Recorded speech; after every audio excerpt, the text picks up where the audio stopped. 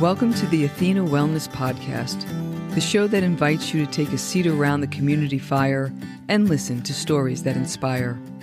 I'm your host, Kathy Robinson, author, coach, and founder of Athena Wellness, a company that's dedicated to supporting you on your journey to live more wholeheartedly. Hello, and welcome to episode 28. Thank you so much for joining me for this shortened Wellness Wednesday episode to help keep your warrior vibe high. Today is the continuation from episode 27 when we talked about creativity as a wellness practice. Our conversation today is about how to capture creative stirrings so you'll always have a wellspring of inspiration. We'll end with a check-in with Dr. Robyn on the progress we've both made on our gentle spring reset that we introduced back in episode 22. So I invite you to sit back, take a nice long breath to ground yourself in presence, and let's get started. I like to say I've been scribbling in notebooks for more than 30 years. Any creative project I've ever done was birthed in a notebook. It's been a repository, travel companion, and a portable workshop, a safe space to muse and explore. It's been a place to collect pieces of my world, to make meaning, and then create new worlds. No matter your profession or passion, I highly recommend keeping an idea notebook. Creativity can be elusive, and ideas can show up randomly in bits and pieces. A memory, sensory perception, a discovery or curiosity or obsession. You can include quotes, thoughts, sketches, images, aha moments, sparks, insights, and reflections in your notebook.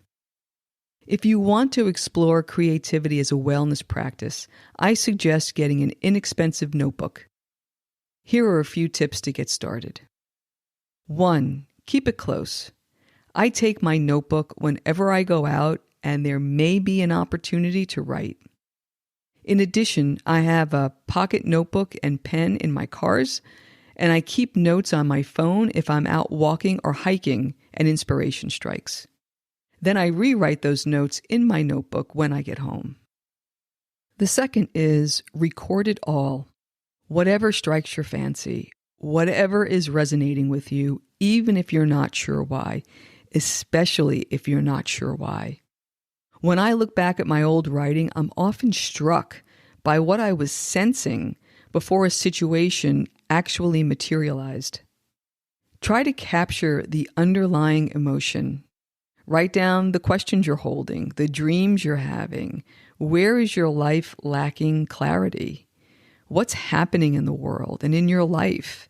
Your notebook should be reflective of what's occupying your head and heart. The third is to dig in deep. This isn't a place for the inner critic.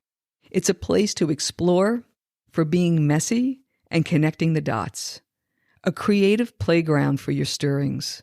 A place to wonder, to be inspired, to go deep.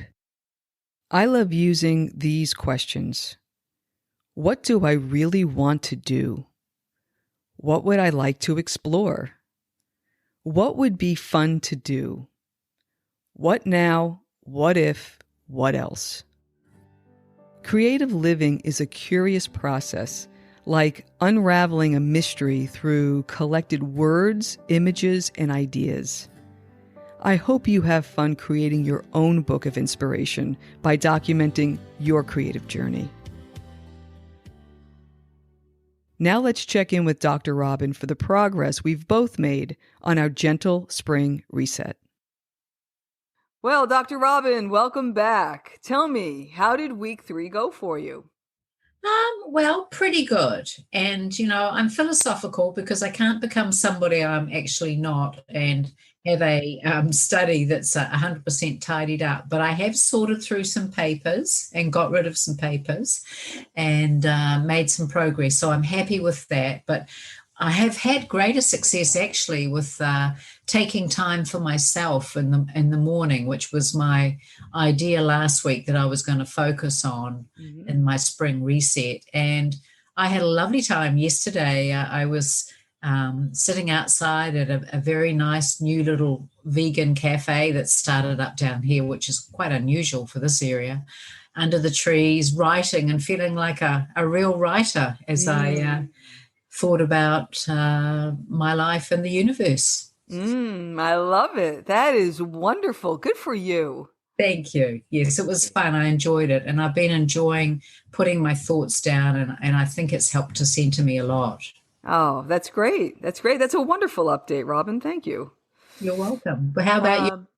Well, on my side, my intentions were to continue with the no early morning tech, moving throughout the day, and the springtime meals. And so I continued with that.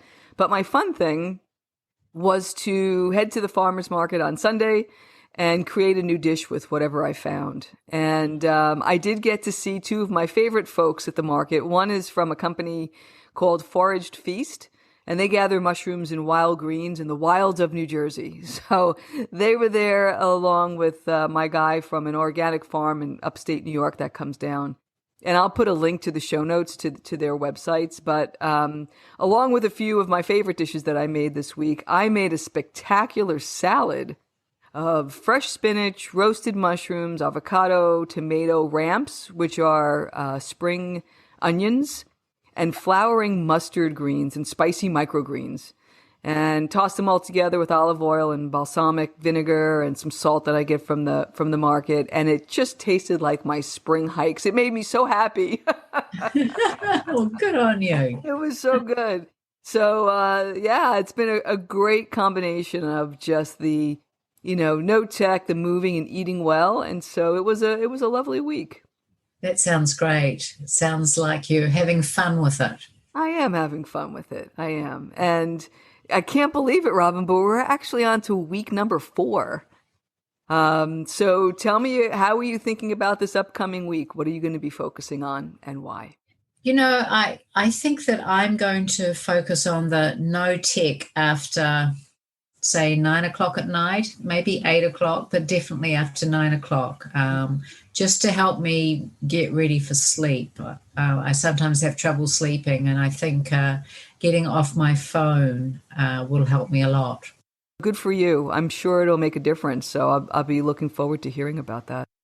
For me, I'm going to continue with what I was doing, but I am actually committing to creating a spring cleaning calendar. So what do I want to clear out this spring and when?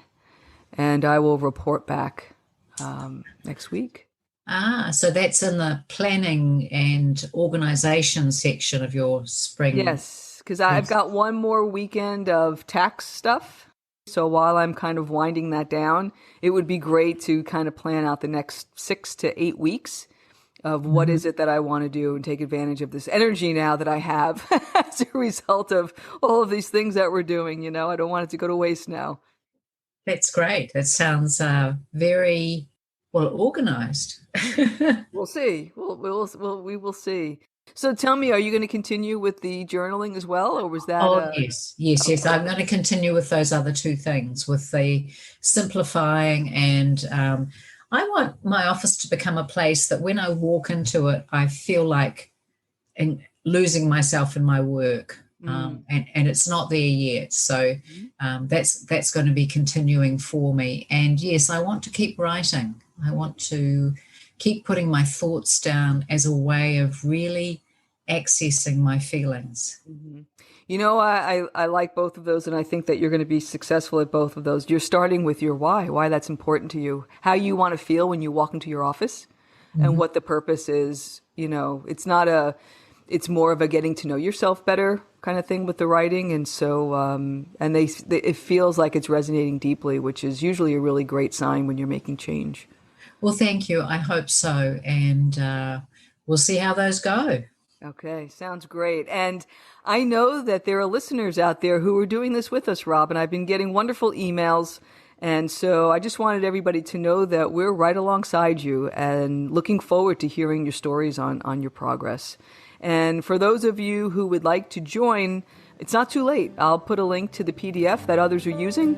And please drop us a note and let us know how you're doing. Thanks, Robyn. I'm looking forward to catching up next week.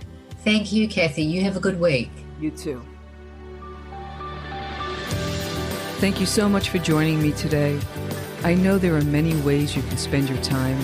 Thank you for choosing to spend it with me. Until our paths cross again, be kind to yourself and show your warrior spirit some love. If you know anyone who could benefit from today's episode, please pass it on. And many thanks for supporting the show by subscribing and leaving a review. It means a lot, and it helps others find their way to our circle. And if you'd like access to the show notes, have a question you'd like addressed on a future episode, or would like a transcript of this episode, visit www.athenawellness.com/podcast. Until next time, be well.